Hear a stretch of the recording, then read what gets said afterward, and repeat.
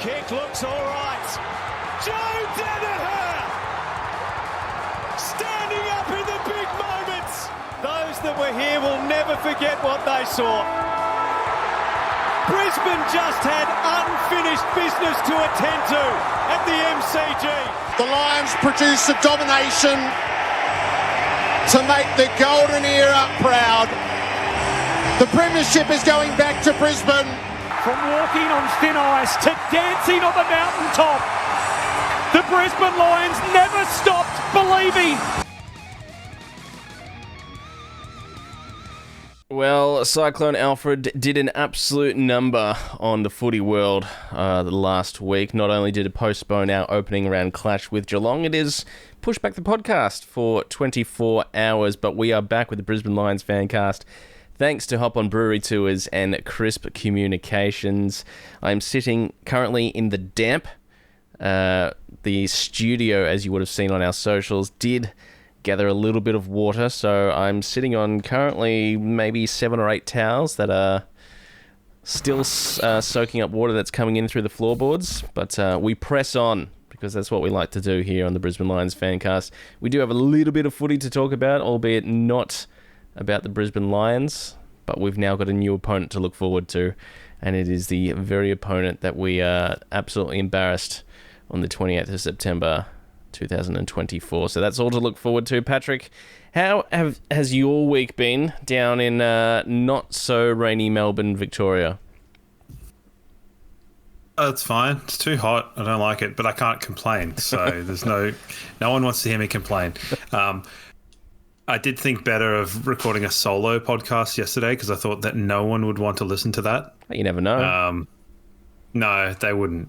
Like, not even I would have listened to that. So I am fine. I hope you are fine. I hope everybody is relatively fine. All of the people that I've messaged have been like, yeah, we're all good. So lucky them. Yep. But yeah, weird ones. I remember doing a lot of kind of sort of grunt work in the 2011 floods back when I was up there, community stuff and things like that. It was not a great time then, and I can't imagine it's a great time now. No, I don't think it's as devastating as 2011, having not been up here for the 2011 floods.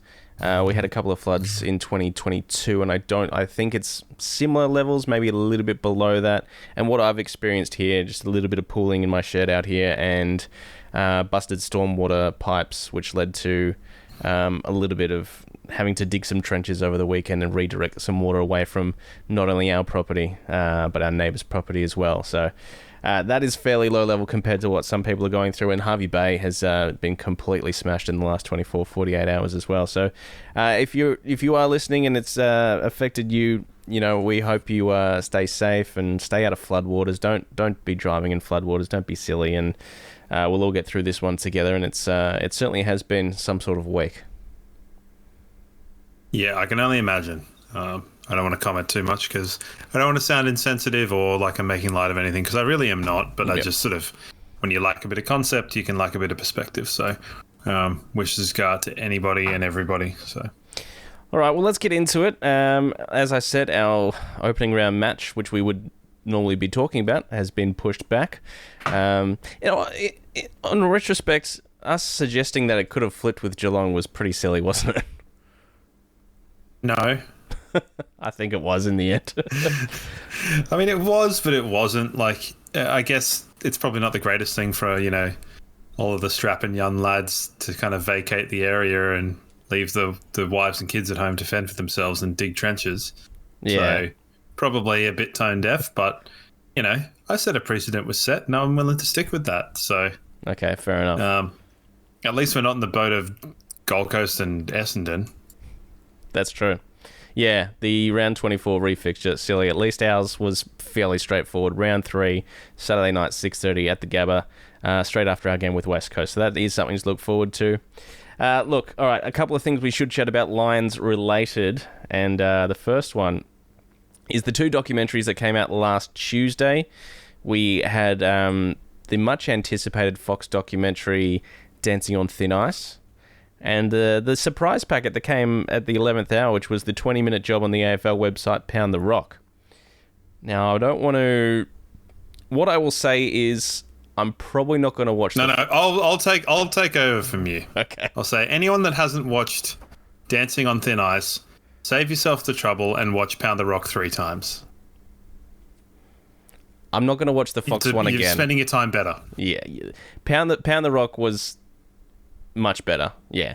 And Dancing on Thin Ice wasn't awful. I just didn't enjoy the format at all. And it was just a bit of a season recap. It was very staged. Brownie was a bit cheesy. You barely... Like, what was the point of Cal Archie and Kai Lohman?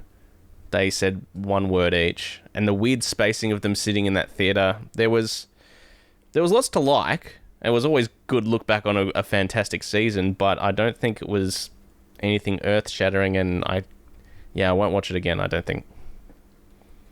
No, to be honest, I was... when Brownie said, all right, I brought you all here to watch Jonathan Brown's highlights, let's start with the 2002 Mark of the Year, that would have been more interesting. Unpopularly, because I want to see that. I want to see those people see that mark and watch it with Brownie. But that was, jumped the gun there. But no, Pound the Rock was fantastically done, and it was a bit like a touchstone where, a bit like the McRae-Fagan one from last year that followed the 2023 Grand Final. We got to see things behind the scenes, and just some of the goings on and things that you'd not seen, interviews with people, it was Lockie, Big O and Zorko, I think, were the ones that were interviewed with that or on that. Yeah, maybe I think maybe Will Ashcroft was involved in that one as well, potentially. I'm not too sure. The crossover. The best bit for Pound the Rock by a country mile is getting to hear the mic'd up hug between Lee and Fags. Like, that was amazing. Because that moment, I think, lives in every Lions fans' hearts and minds for basically eternity. That vision of them, embracing and shedding a tear together. To get the mic'd up version of that was really good. What I did like about the Fox version was, hearing Lockie's speech at the end of the Collingwood game when they were all in the huddle. Like, there was very infamous when we lost that game. The guys all stayed out in that huddle and had the chat before they came off. So it was good to get a bit of an insight there. That was probably the best thing about the Fox version, the Dancing on Thin Ice. Yeah, I must admit I forgot that happened, but I do remember that, and it was good. The other thing was probably just Zorko talking about how I think the 2 losses against GWS and Collingwood gave them a bit of levity going into finals, which is definitely something that you and I disagreed with on at the time. Just as to whether that's a good thing or it's a bad thing. But, hindsight's 2020 and we won the premiership. So, like, all the pieces fell into place. I think, as I said at the time, I think the fact that we lost those 2 games, GWS and Collingwood, and it was at the hands of small forwards in the 11th hour, sort of both times, it meant that Noah Answorth came into the team and Shadowbrain came out of it, and we saw the need for that defensive small defender, and we didn't look back from there. So whether that was the catalyst or just the general kick up the arse that they needed, and this speech obviously that Big O made to the group about giving themselves to the team, it was great to get that sort of insight across both the specials last week. Yeah, but all in all, good to have content. Yeah. A pretty lackluster opening round, though. Well, just before that, you've not watched Full Sweat, right? I have not watched Full Sweat. I don't really intend to. You're one of those like Gen Zer types, aren't you? Like, you just cranking all of the slogans and social medias and whatever. That's you, in a nutshell. Sure, basically, yep. Nah, I watched it. It's okay. It was sort of, a bit meh. Sort of, it's if you've watched a lot of, I'll try and put it this way. So it's an Australian version of those like really good documentaries that you see on like Amazon and Netflix and stuff. It's just like slightly less good. Yep. Sam Mitchell mumbles his way through everything. They don't give anything away, and why should they? No. Really. And they're not particularly likable individuals. So good on them. It's a big reason why I Giving a thumbs up. didn't go and watch it. Was the Hawthorn glazing, as people have been referring to it over the last 12 and a bit months. Just a bit over it. I don't. And look, if I was a Hawks fan, I'd be all over it for sure. It's just, as a Brisbane Lions fanatic, there's no need for me to go and watch that one. Maybe if I get bored one day and I thought, I'll go check it out. But yeah, it's a bit strange. It's like when Melbourne brought that preseason doco out a couple of years ago to hell and back, and then then they shit the bed in the missed season. That one. Yeah, wow. Same missed thing. That one. Same thing. Yeah, I don't know. It's just Hawthorn. It doesn't really have a great deal of narrative flow. And I don't necessarily know why it should, but a lot of, good documentaries do have an element of narrative flow to them. So, it's fine, but, it's Hawthorn. So I think there's one great irony of Sam Mitchell talking about them wanting to play the Hawthorn way and be tough at the contest. And, when you've won inside forward 50 high contact free kicks by a landslide, it's a funny thing, but... Anyway. Hey, look, opening round. They scored themselves a good win on Friday night against the Swans, who we'll be coming up against. They looked impressive. It's hard to take away anything from their performance at the SCG. Walked away with a 20-point win. Sydney were far from their best. I don't know. I don't know what to expect next week, because on one hand, they've had 6 months to sit and fester and think about how he pulled their pants down on grand final day, and surely that's got to be some sort of motivation for them. But on the other hand, they're swinging Tom McCartan forward and leaving very little in their defensive stocks in the back six. Melican's doing the heavy lifting there. I think they're probably better off with Hayden McLean in that forward line and using Tom McCartan down back, so they've got an intercept marker. But not a great start for the Swans. I didn't realise Dane Rampy was on the field for most of that game. And then I saw him and I was like, oh, okay. Where have you been? Sydney were awful in that last quarter. They were absolutely terrible. Yeah. When the game was there to be won, they made some really weird decisions like that. That Florent kick across goal straight to Connor McDonald, who was just standing there waiting to pick it off, was... interesting choice. That's forgivable because I think he just sliced the kick. He munged it, yeah. They were just hack kicking the ball, and Brodie Grundy looks awful. He looks so underdone. Isaac Heaney was terrible. Amadi was good. He was basically playing by himself for portions of that game. Him and Chad Warner. Yep. I mean, there were obviously decent passages of play throughout, but just, that last quarter, they were just hack kicking it to spare defenders. And when you had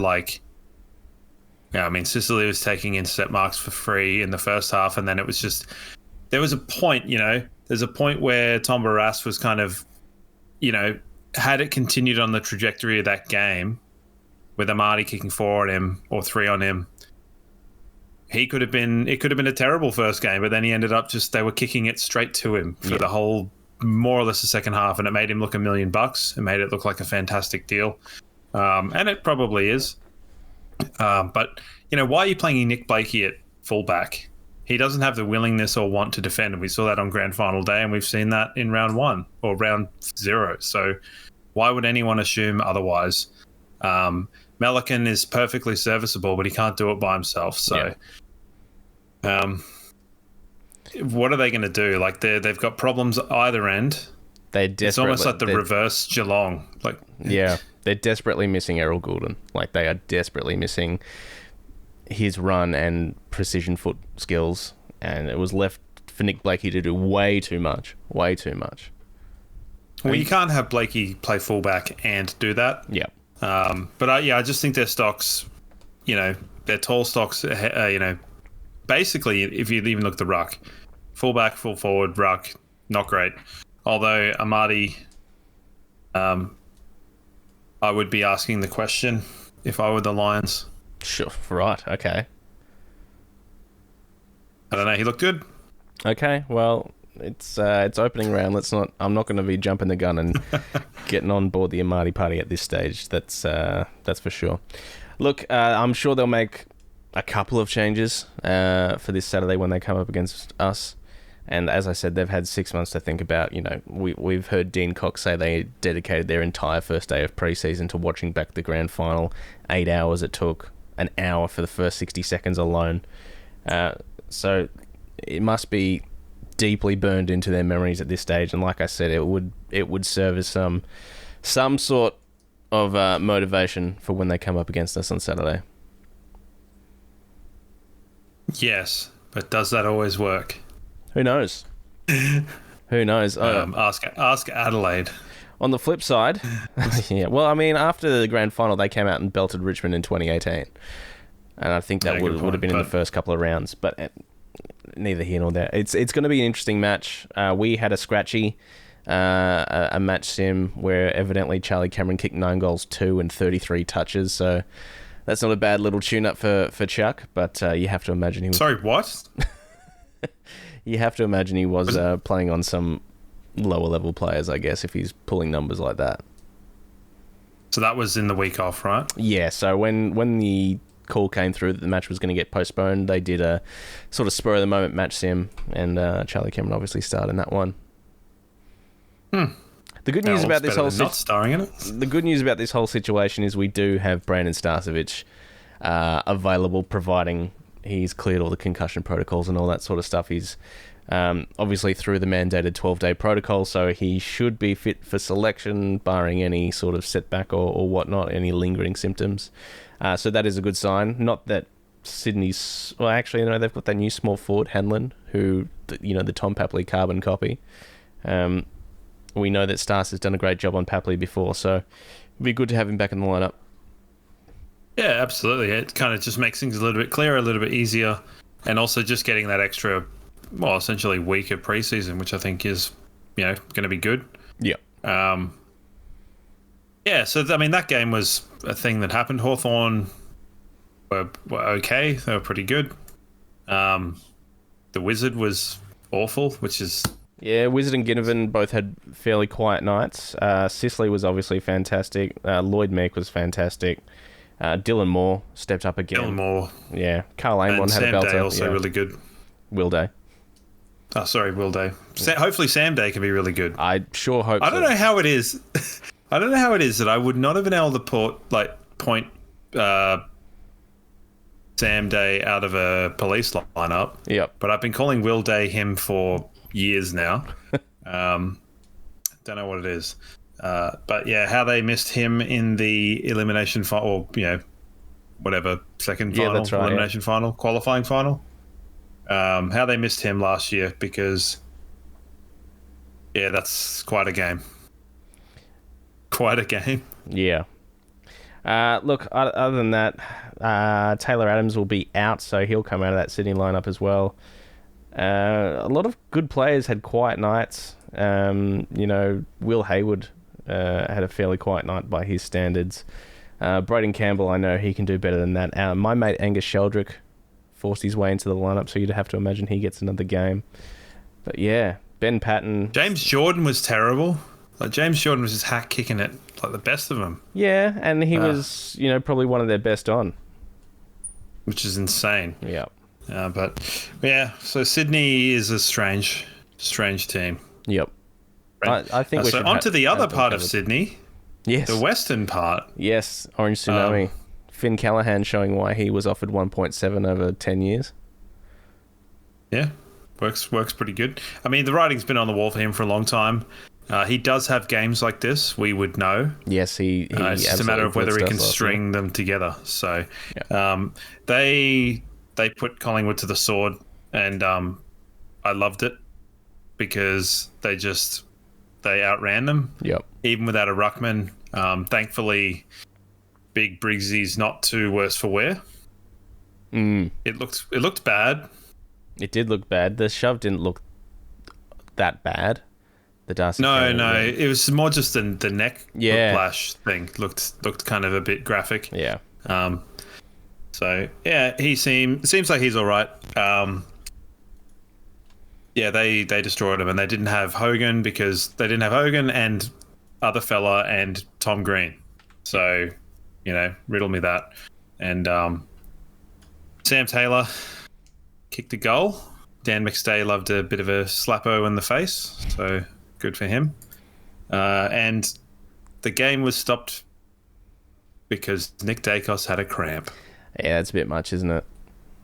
In the third quarter. Yeah. Now, I'm sure Kane Corns has done this to death. Oh, he has blown up. Because I've not listened. But I'm sure hard. that he is. The other thing I can probably imagine, is with McRae having a go at Toby Bedford. Warning. Now, I find that amazing because in play, you're not really supposed to have a go.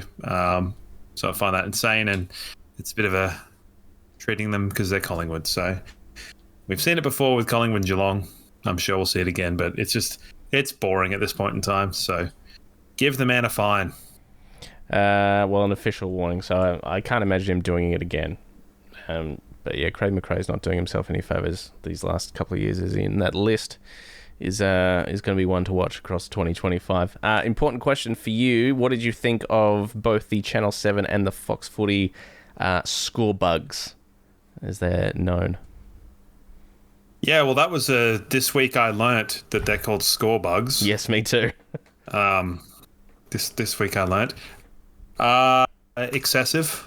Now, I didn't watch on Channel 7, so I rather would have listened to Jared Waitley and even Hutto. Yep. And I also thought that Gary Lyon stayed in his lane. Yep. And also they relegated fucking old mate to the boundary line. Sarah Jones, not quite as good as Abby Holmes, but fair enough. No, I don't mind Sarah Jones. I like and Sarah also Jones. Dunstall's always good. Yeah. She was all right. There was just a bit of communication sort of stuff going on. But they were trying to present a more professional product. Yeah. And I appreciated that. So, but yeah, the score bug, it struck me as enormous, and for people to be able to see on phones or at the pub was my initial thought. Yeah, fair call. Which I find to be stupid, and I think that they should know better. I didn't mind the I don't know. I didn't mind the Channel 7 one, to be fair. Like, centered, that wasn't being that obnoxious. Like, still a little bit obnoxious comparative to last year's. I didn't mind it. The Fox Footy one was just bizarre in that it was massive and took up like 65%. I'd rather it just go the whole way along and go like full cricket scoreboard, where it just goes all the way along the bottom, where you can have scores and other info flashing up, and it's not, I know, obstructing the view. It's just another bit down the bottom. You know what I mean? Yeah, well, at least with cricket ones, they sort of try to design them a bit nicer. Like, you could tell, like, does it really need to say Thursday Night Footy in the bottom corner or Sunday Ticket? And, like, the idea that the Sunday Ticket one particularly, now we figured out it's designed so poorly, it doesn't even fit in the square. So all they've done is they've taken the top bit of the ball, they've mirrored it, and then rubbed out where the sticks would be, or the threads. I'm doing a lot of hand signals here. But they forgot to colour in the bottom, so there's like a pixel missing, and it looks stupid. I mean, looks and insanely stupid. The resolution of the FNF, the Friday Night Footy and stuff, is like, I don't know, 120, and the rest. Well, it's the same as the review cameras. Yeah, it's just weird, man. It's a weird choice, and I'll be very interested to see, because there's obviously been a lot of public feedback.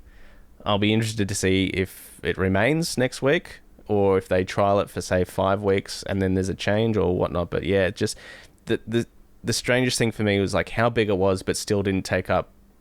It just took up a stupid amount of screen. Like, make it all. I thought it was like I thought it was like a graphic, like an animation that had gotten stuck.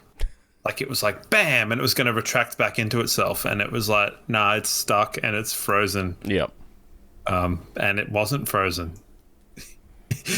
So yeah, not good. Do I care all that much? Probably not, but it's also just a bit, what are you doing? We'll all get used to it. Like, we'll all get used to it, and it won't be a discussion point in 10 weeks' time. It'll just be there, and we won't remember what the last one looked like. So it's just... I reckon bring back that one from the 90s that was like a small television that like popped down from the side with like the brown things. Yeah. That was classic. Bring that one back. And you didn't even know the But scores just- half the time. It's like every 5 minutes it would just like shoot the score down. Yeah, and it would just say like BL Yeah. with no contact, or even that one that looked like it was done on like one of those old Ataris that you'd play like Pong on. Not that we ever did that, but if we had, that's what it looks like, where it was just a blue background with pixels. Yep. Simple, elegant. That's all you need. Yeah. And bring back the 5-minute warning while you're at it. I mean, that's a cry people have been singing for a long time. The 5-minute warning. Personally, I don't like the 5-minute warning. Yeah, but it's because you're close to a cardiac arrest at the best of times. That's true. That's true. All right, well, that's anyway, all probably shouldn't well and done. Hey, Knock on wood there. tipping. Our tips for this week. How did you go? Did you go 2 from 2? Did you go 1 from 2? Did you go none 1 from 2. I also went not 1 going from none. 2. Yeah, no, I didn't tip. I tipped Sydney and I tipped GWS. Yeah, that's where I landed as well. Don't forget, you can join the Brisbane Lions Fancast tipping competition. The link is available at our website, brisbanelionsfancast.com.au. I'm just trying to... All right, shall I rail off my tips for this round? Yes, please. All right, here we go. Let's have a look. That's opening round. Next round. We've got 90 plus players in our competition now, by the way. All right, nice. So if someone joins late, do they have to start from the round that they jump in on, or do they get retrospectively? No, if they've been doing tipping the whole time and then they decide to join our competition, their tips should carry over. I think. Cool. I'm fairly certain that's how it works. All right, so let's go Carlton by, that seems pretty good, 37. I tried to get 36. Hawthorn, Geelong, Lions, Bulldogs, Port Adelaide, Melbourne, and West Coast. You're tipping Melbourne to beat the Giants? Yes. Okay. And you said West Coast? Sorry? Yes, I said West Coast. You're tipping West Coast to beat the Suns and Melbourne to beat... Okay, I differ with you on those two. I've tipped the Giants and the Suns respectively. You know, hey, you're not doing your tips here. Your tips are done in secret, in the comfort of your own home, not on the podcast. I've also tipped Carlton by a lot more than you have. Well, I thought 6 goals was, all right, but... Nah, We'll see. Richmond are going to get some triple-figured losses this year. A few of them. Possibly. Hopefully, how many times do we play them? Well, just the once. Once, twice? Just Well, once. hopefully they have one. The AFL's not going to be that nice to give us Richmond twice and the Suns twice. Which, well, actually, no, the Suns twice is not the walk-up 8 points it used to be. I shouldn't say that. Yeah, they're not going to give us Richmond twice. Jesus, you lambasting me for tipping West Coast, and you're like just throwing that has all the way under the bus. That has thrown me, Melbourne and West Coast, that you've tipped those two. Is it simply home ground advantage? I don't think West Coast are going to be as bad as last year, and I don't think the Suns travel well. And also, I just think like Clayton Oliver looks like a player again. Petrarca's back. I don't know. If like, I don't think that like GWS were good. Don't get me wrong, but it's tipping. Whatever. Okay. We'll get your tips in. Make sure they're done by the time that the ball bounces on Thursday night at the MCG for the old traditional opener, Richmond Carlton at the MCG. All right, the massive discussion point in the AFL at the moment is opening round, yay or nay. 2 years now, and obviously Cyclone Alfred has affected this one, but I don't know how much difference it would have made. Yeah, Bennett. Yeah. I don't see the value in I don't see the value in it because they're not doing it like the NRL's already got the jump. Yeah. So it's a reaction that's kind of feckless in the way that it's not really doing anything. That said, it's not to say like put away. I reckon play GWS and Collingwood every season in round one. Yeah. Like they're getting their own little round one rivalry going on. It's good. I like to see sort of replays of good games and stuff like that in round one. And I think you can tell the reason why they have Collingwood playing GWS is because they're trying to get numbers to game as much as anything. Yeah. So it's all well and good. But yeah, I just don't think it's overly necessary. And then I think it creates a lot of stupidity around the buys and things like that, so that you end up with like Gold Coast playing Essendon in round 27 and the luckiness, the fact that we're playing in round 3, but then it also means we don't get a bye until I think like round 16 or something like that, so it's like way late, around 14 maybe. Yep. So it kind of, in a season where ideally you'd want it to almost be split by thirds, it's not the way that it is. And play them as they are, have 3 rounds of buys or 2 rounds of buys in the middle of the season, and just get on with it. Yeah, no, couldn't agree more. And the leading sort of alternative was the one that Michael Voss threw up on radio day before yesterday. Just said, look... Oh, no, Michael Voss. What did he say? He said, it's a national competition. We can still, there's 2 teams in Perth, 2 teams in Queensland, 2 teams in New South Wales, 2 in Adelaide, 10 in Victoria. You can, if you want to make it, everyone gets their go, have it a national competition, opening round, have 2 games over in Perth, 2 games in Queensland, 2 in New South Wales, 2 in Adelaide. That leaves 2 teams to play each other in Melbourne, or you have 1 in each, and there's a few more games in Melbourne as well. So just whatever you do, make sure that there's a game in every state in opening weekend. Yeah, I mean, I suppose the reason why they would not do that would be because of Gather Round being kind of a overt South Australian thing. Which, I don't know.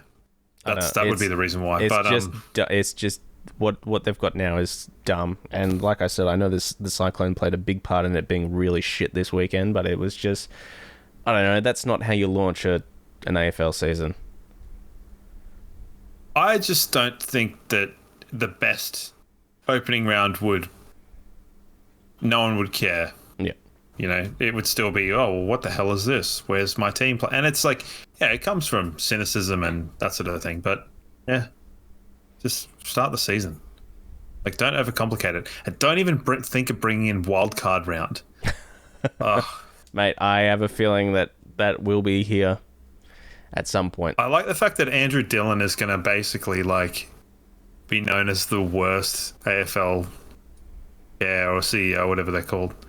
He'll be like, we brought in opening round, brought in wildcard round, and it'll be like, and Tasmania didn't have a stadium. Mid-season trade will be in the next couple of years. If they bring in mid-season trade, I'm trading myself out of the podcast. You can get someone else in. Oh. But I'll have to go to another team or something. I'm not going to another team. It'll be a covert thing, but yeah. No, mid-season trade can get out of here. Yeah, wildcard round can get out of here. I'll entertain wildcard round when there's an odd number of teams. That's when I'll entertain it. But until then, I'm with you. You can get out of here. And mid-season trade, the idea of that does my head in. Yeah, I don't want to think about that. Yeah. All right, well, we have got a game against the Swans, the grand final rematch at the SCG this Saturday night. We've spoken about our opening round team. The amendment is obviously going to have to be, we don't have to worry about Shadowbrain coming in for Brandon Starcevich, or that weird theory popped up last week of Jasper Fletcher playing down back, which allowed Levi Ashcroft into the team.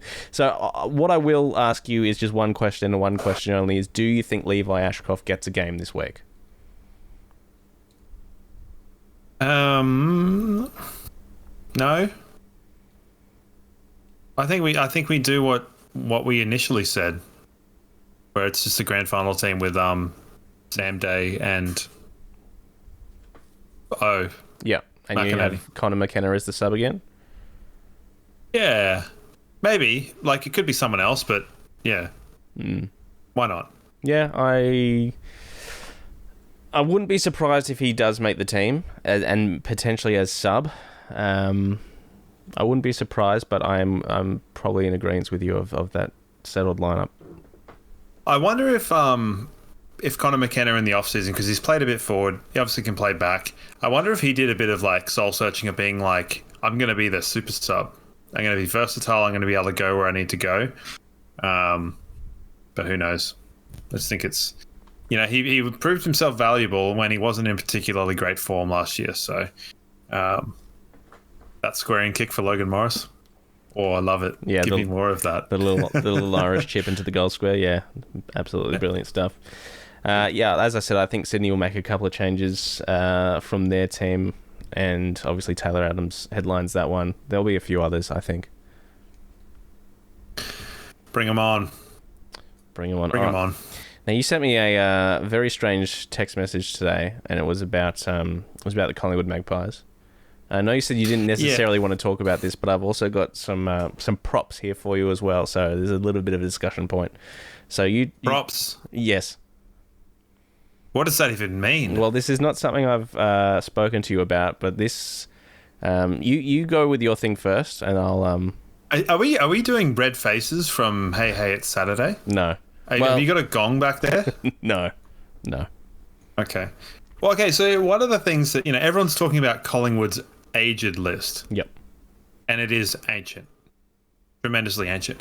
But one thing I find to be annoying is when people do list analysis, they look at the entire squad and go like, yeah, the average age of the squad. So you look at most AFL teams and they're sitting around 25 as the average age, and they're basically within about 0.5 of one another either way. Yep. So it's largely an exercise in futility.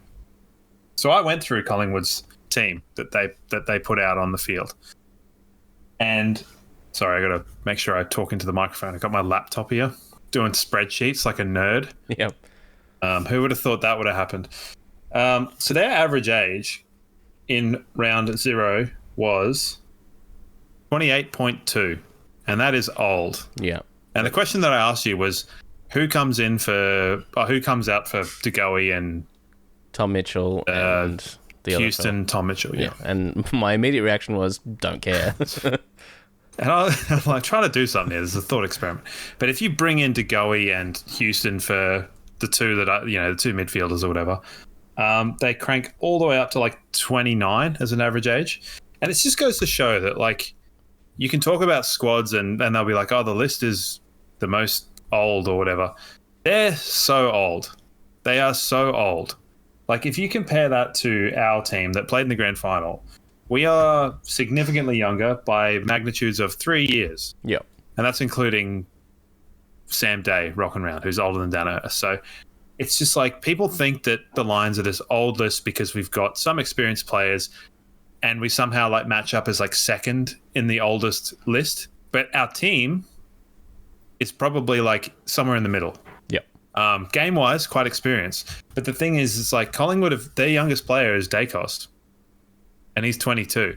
Whereas we've got like friggin' Logan Morris and Ashcroft and other Ashcroft and Wilmot like, and guys like Lohman that. and Yeah, and they're Fletcher, all young dudes that are like, well, our team is heading into the prime. And like, I did a little thing for where I think the team could be. And this is not like who I think the best players are. I put Kadeen Coleman in the team and I put Henry Smith in the team in place of Day, and for the end of the season when I think Zorko will retire. Yep.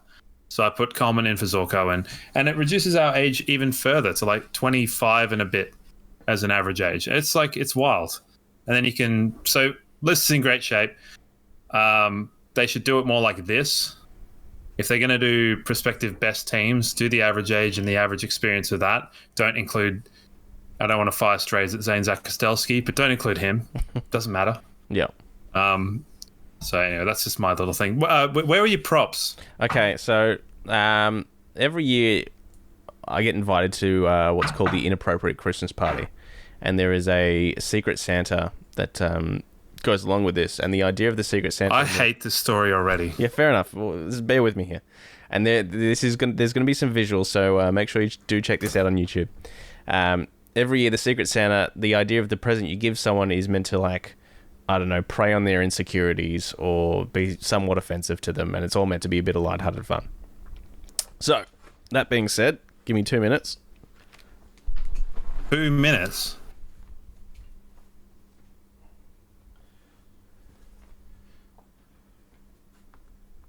Oh God. So the gift I was given was a framed photo of the 2024 Collingwood Magpies team photo, and down the bottom there is, I guess, a little plaque that says Players' Choice Award, Dedication and Loyalty Supporter, James Brooks, Season 2024.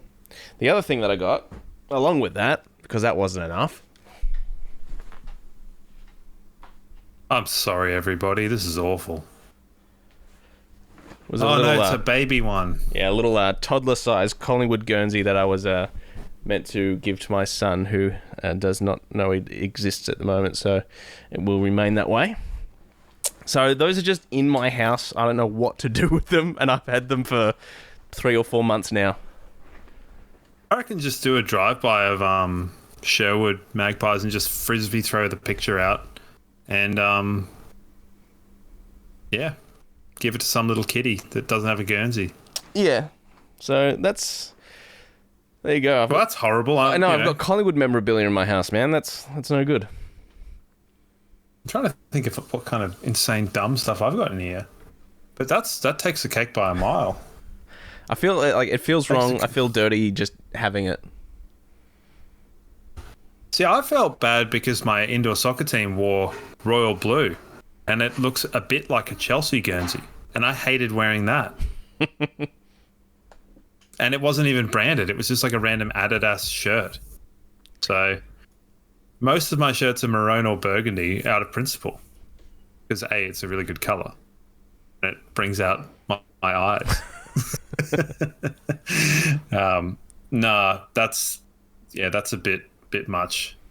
I don't know why I'm looking around to see what kind of stuff I've got here. But, you know, I do appreciate the effort that Scott went to here to get that, because he's actually got it, you know, printed and framed and stuff. That would have cost a bit. There would be a Collingwood fan that would absolutely fucking love that. Can we shout out a Collingwood fan called James Brooks? I mean, you can just scrub out the plaque, put something else on top of it, I guess. Yeah, but when we could really make Collingwood I'm not using my alternate podcast reality. to look for Collingwood fans with my name. Life's already on. You don't have to use that. We can just... I'm already on a knife's edge over here, having it in my house. Yeah, well, you could have made someone's day. Some poor toothless Collingwood fan. Also, James Brooks. Also, everyone would have got to see me in my pajamas as well on YouTube, so that's good. Yeah. At least you wore pants. Yeah, look. All right, it has been a bit of a quick episode this week. Cyclone Alfred really has done a number. I've been dealing with water, as is a lot of other people. We didn't have footy to talk about, not involving the Lions, but we do have a game this weekend against the Swans, and it is all to look forward to. A bit of a reshuffled start to the year. There we go, mate. Do we have any questions?